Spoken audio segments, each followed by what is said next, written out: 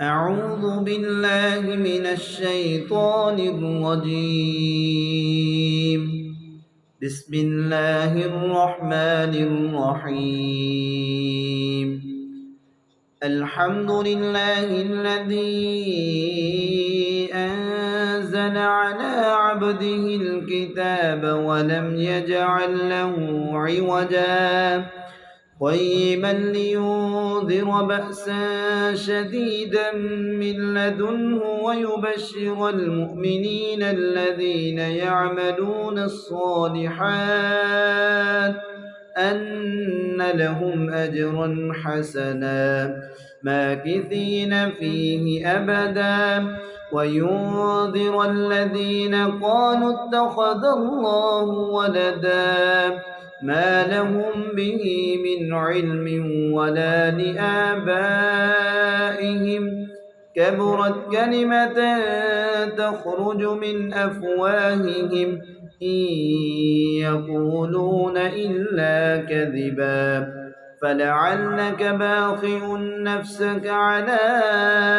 آثارهم إن لم يؤمنوا بهذا الحديث أسفا إنا جعلنا ما على الأرض زينة لها لنبلوهم أيهم أحسن عملا وإنا لجاعلون ما عليها صعيدا جرزا أم حسبت أن أصحاب الكهف والرقيم كانوا من آياتنا عجبا إذ أوى الفتية إلى الكهف فقالوا ربنا آتنا من لدنك رحمة وهيئ لنا من أمرنا رشدا فضربنا على آذانهم في الكهف سنين عددا ثم بعثناهم لنعلم أي الحزبين أحصى لما لبثوا أمدا نحن نقص عليك نبأهم بالحق إنهم فتية آمنوا بربهم وزدناهم هدى وربطنا على قلوبهم إذ قاموا فقالوا ربنا رب السماوات والأرض لن ندعو من دونه إلها لقد قلنا إذا شططا هؤلاء قومنا اتخذوا من دونه آلهة لولا يأتون عليهم بسلطان بين فمن أظلم ممن افترى على الله كذبا وإذ اعتزلتموهم وما يعبدون إلا الله فأووا إلى الكهف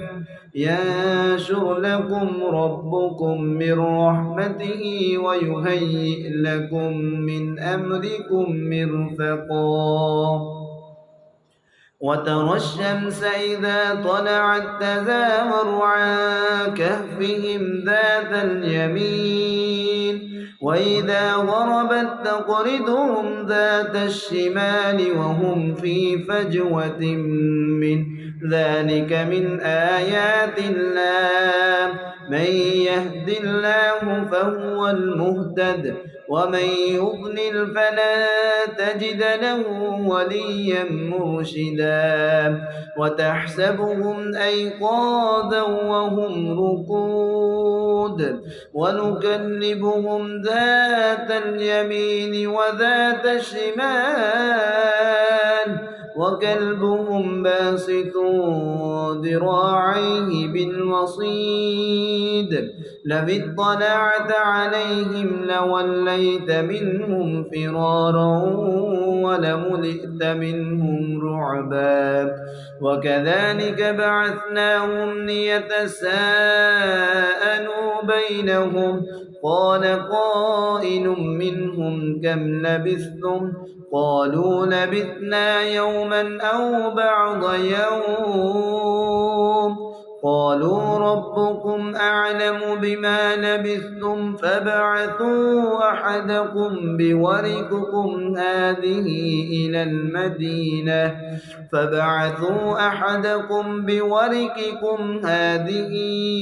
إلى المدينة فلينظر أيها أزكى طعاما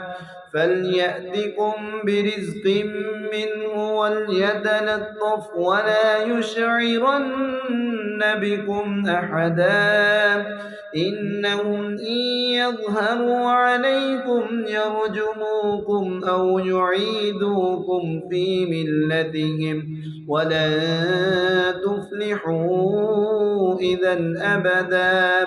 وكذلك أعثرنا عليهم ليعلموا أن وعد الله حق وأن الساعة لا ريب فيها إذ يتنازعون بينهم أمرهم فقالوا ابنوا عليهم بنيانا ربهم أعلم بهم قال الذين غلبوا على أمرهم لنتخذن عليهم مسجدا سيقولون ثلاثة رابعهم كلبهم ويقولون خمسة وسادسهم كلبهم رجما بالغيب ويقولون سبعة وثامنهم كلبهم قل ربي أعلم بعدتهم ما يعلمهم إلا قليل فلا تمار فيهم إلا مراء ظاهرا ولا تستفت فيهم منهم أحدا ولا تقولن لشيء إني فاعل ذلك غدا إلا أن يشاء الله واذكر ربك إذا نسيت وقل عسى أن يهديني ربي لأقرب من هذا رشدا ولبثوا في كهفهم 300 سنين وازدادوا 9 قل الله أعلم بما لبثوا له غيب السماوات والأرض أبصر به وأسمع ما لهم من دونه من ولي ولا يشرك في حكمه أحدا واتل ما أوحي إليك من كتاب ربك لا مبدل لكلماته ولا تجد من دونه ملتحدا واصبر نفسك مع الذين يدعون ربهم بالغداة والعشي يريدون وجهه ولا تعد عيناك عنهم تريد زينة الحياة الدنيا ولا تطع من أغفلنا قلبه عن ذكرنا واتبع هواه وكان أمره فرطا وقل الحق من ربكم فمن شاء فليؤمن ومن شاء فليكفر إنا أعتدنا للظالمين نارا أحاط بهم سرادقها وإن يستغيثوا يغاثوا بماء كالمهل يشوي الوجوه بئس الشراب وساءت مرتفقا إن الذين آمنوا وعملوا الصالحات الآخرة إنا لا نضيع أجر من أحسن عملا أولئك لهم جنات عدن تجري من تحتهم الأنهار يحلون فيها من أسامر من ذهب ويلبسون ثيابا خضرا من سندس واستبرق متكئين فيها على الأرائك نعم الثواب وحسنت مرتفقا واضرب لهم مثلا رجلين جعلنا لأحدهما جنتين من أعناب وحفظناهما بنخل وجعلنا بينهما زرعا كلتا الجنتين آتت أكلها ولم تظلم منه شيئا وفجرنا خلالهما نهرا وكان له ثمر فقال لصاحبه وهو يحاوره أنا أكثر منك مالا وأعز نفرا ودخل جنته وهو ظالم لنفسه قال ما أظن أن تبيد هذه أبدا وما أظن الساعة قائمة ولئن رددت إلى ربي لأجدن خيرا منها منقلبا قال له صاحبه وهو يحاوره أكفرت بالذي خلقك من تراب ثم من نطفة ثم سواك رجلا لكن هو الله ربي ولا أشرك بربي أحدا ولولا إذ دخلت جنتك قلت ما شاء الله لا قوة إلا بالله إن ترني أنا أقل منك مالا وولدا فعسى ربي أن يؤتيني خيرا من جنتك ويرسل عليها حسبانا من السماء فتصبح صعيدا زلقا أو يصبح ماؤها غورا فلا تستطيع له طلبا وأحيط بثمره فأصبح يكلب كفيه على ما أنفق فيها وهي خاوية على عروشها ويقول يا ليتني لم أشرك بربي أحدا ولم تكن له فئة ينصرونه من دون الله وما كان منتصرا هنالك الولاية لله الحق هو خير ثوابا وخير عقبا واضرب لهم مثل الحياة الدنيا كماء أنزلناه من السماء فاختلط به نبات الأرض فأصبح هشيما تذروه الرياح وكان الله على كل شيء مقتدرا المال والبنون زينة الحياة الدنيا والباقيات الصالحات خير عند ربك ثوابا وخير أملا ويوم نسير الجبال وترى الأرض بارزة وحشرناهم فلم نغادر منهم أحدا وعرضوا على ربك صفا لقد جئتمونا كما خلقناكم أول مرة بل زعمتم أن لن نجعل لكم موعدا ووضع الكتاب فترى المجرمين مشفقين مما مما فيه ويقولون يا ويلتنا ما لهذا الكتاب لا يغادر صغيرة ولا كبيرة إلا أحساها ووجدوا ما عملوا حاضرا ولا يظلم ربك أحدا وإذ قلنا للملائكة اسجدوا لآدم فسجدوا إلا إبليس كان من الجن ففسق عن أمر ربه أفتتخذونه وذريته أولياء من دوني وهم لكم عدو بئس للظالمين بدلا ما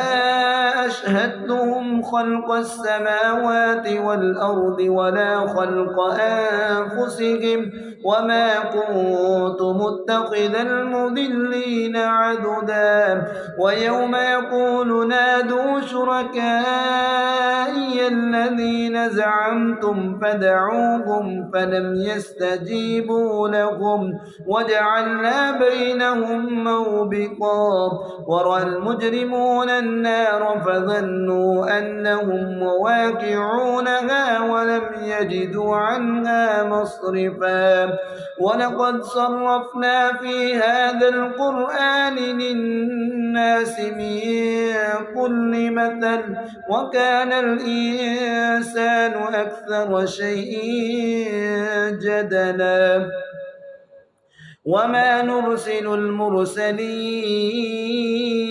وما منع الناس أن يؤمنوا إذ جاءهم الهدى ويستغفروا ربهم إلا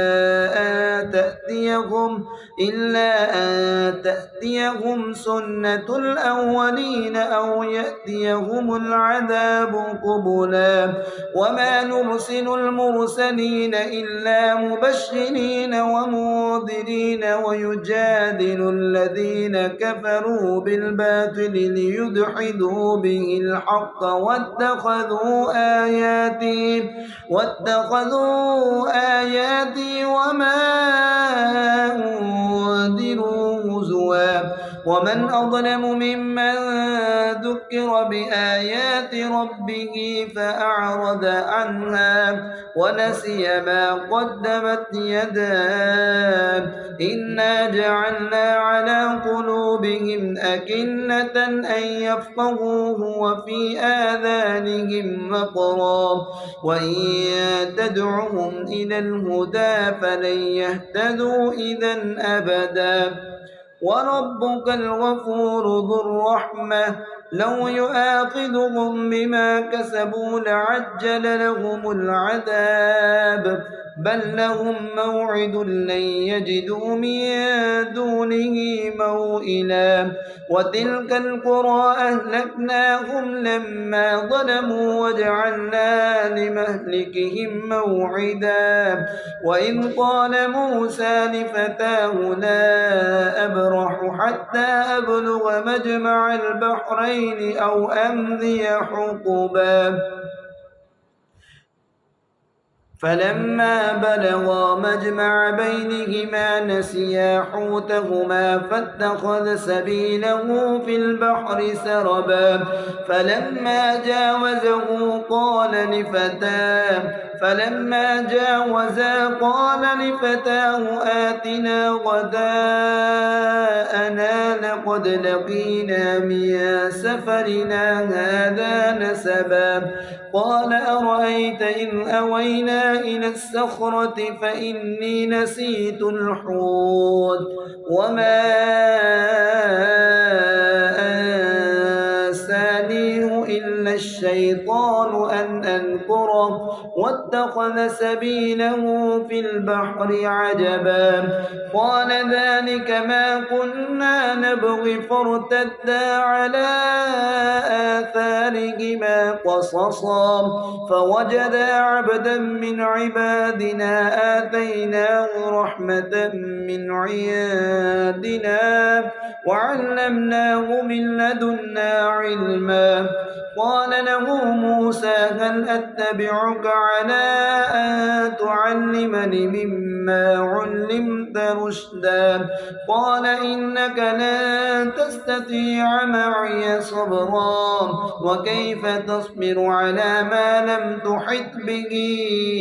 وكيف تصبر على ما لم تحط به خبرا قال ستجدني إن شاء الله صابرا ولا أعصي لك أمرا قال فإن اتبعتني فلا تسألني عن شيء حتى أحدث لك منه ذكرا فانطلقا حتى إذا ركبا في السفينة خرقها قال خرقتها لتغرق أهلها لقد جئت شيئا إمرا فانطلقا حتى إذا ركبا في السفينة خرقها قال خرقتها لتغرق أهلها لقد جئت شيئا إمرا قال ألم أقل لك إنك لن تستطيع معي صبرا قال لا تؤاخذني بما نسيت ولا ترهقني من أمري عسرا فانطلقا حتى إذا لقيا غلاما فقتله قال قتلت نفسا زكية بغير نفسه لقد جئت شيئا نكرا قال ألم أقل لك إنك لن تستطيع معي صبرا قال إن سألتك عن شيء بعدها فلا تصاحبني قد بلغت من لدني عذرا فانطلقا حتى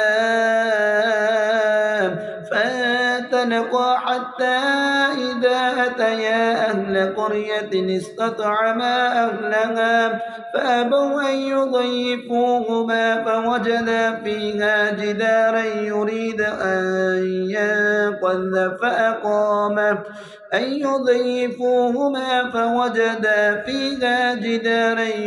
أن ينقض فأقامه قال لو شئت لاتخذت عليه أجرا قال هذا فراق بيني وبينك سأنبئك بتأويل ما لم تستطع عليه صبرا أما السفينة فكانت لمساكين يعملون في البحر فأردت أن أعيبها وكان وراءهم ملك يأخذ كل سفينة غصبا وأما الغلام فكان أبواه مؤمنين فخشينا أن يرهقهما طغيانا وكفرا فأراد أن يبدلهما ربهما خيرا منه زكاة وأقرب رحما وأما الجدار فكان لغلامين يتيمين في المدينة وكان تحته كنز لهما وكان أبوهما صالحا فأراد ربك أن يبلغا أشدهما ويستخرجا كنزهما رحمة من ربك وما فعلته عن أمري ذلك تأويل ما لم تستطع عليه صبرا ويسألونك عن ذي القرنين قل سأتلو عليكم منه ذكرا إنا مكنا له في الأرض وآتيناه من كل شيء سببا فأتبع سببا حتى إذا بلغ مغرب الشمس وجدها تغرب في عين حمئة ووجد عندها قوما قلنا يا ذا القرنين إما أن تعذب تعذب وإما أن تتخذ فيهم حسنا. قال أما من ظلم فسوف نعذبه ثم يرد إلى ربه فيعذبه عذابا نكرا. وأما من آمن وعمل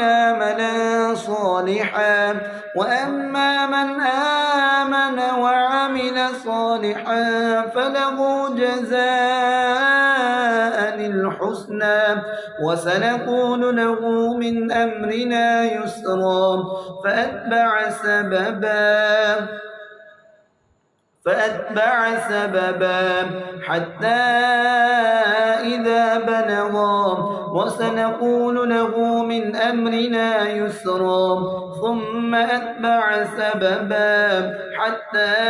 إذا بلغ مطلع الشمس وجدها تطلع على قوم لم نجعل لهم من دونها سترا. كذلك وقد أحطنا بما لديه خبرا. ثم أتبع سببا حتى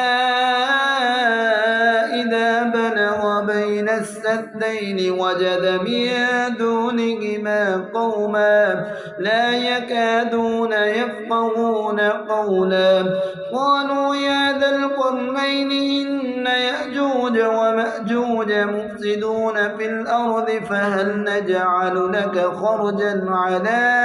أن تجعل بيننا وبينهم سدا. قال ما مكني فيه ربي خير فاعينوني بقوة أجعل بينكم وبينهم ردما. آتوني زبر الحديد حتى إذا ساوى بين الصدفين قال انفخوا حتى إذا جعله نارا قال آتوني أفرغ عليه قطرا. فما استطاعوا أن يظهروه وما استطاعوا له نقبا. قال هذا رحمة من ربي فإذا جاء وعد ربي جعله دكا وكان وعد ربي حقا. وتركنا بعضهم يومئذ يموج في بعض ونفخ في الصور فجمعناهم جمعا.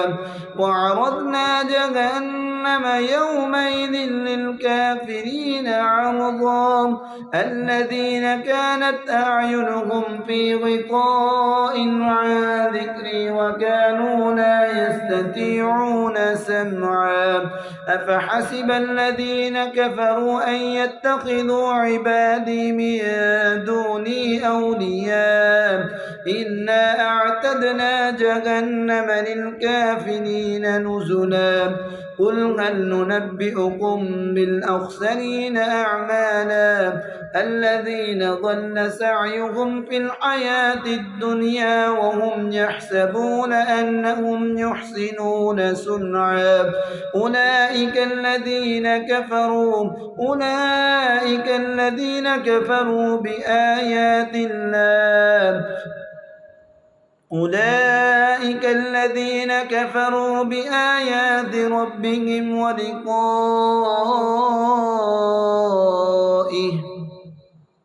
ولقائه فحبطت أعمالهم فلا نقيم لهم يوم القيامة وزنا. ذلك جزاؤهم جهنم بما كفروا واتخذوا آياتي ورسلي هزوا. إن الذين آمنوا وعملوا الصالحات كانت لهم جنات الفردوس نزلا خالدين فيها لا يبغون عنها حولا. قل لو كان البحر مدادا لكلمات ربي لنفد البحر قبل أن تنفد كلمات ربي ولو جئنا بمثله مددا. قل إنما أنا بشر مثلكم يوحى إلي أنما إلهكم إله واحد فمن كان يرجو لقاء ربه فليعمل عملا صالحا ولا يشرك بعبادة ربه أحدا.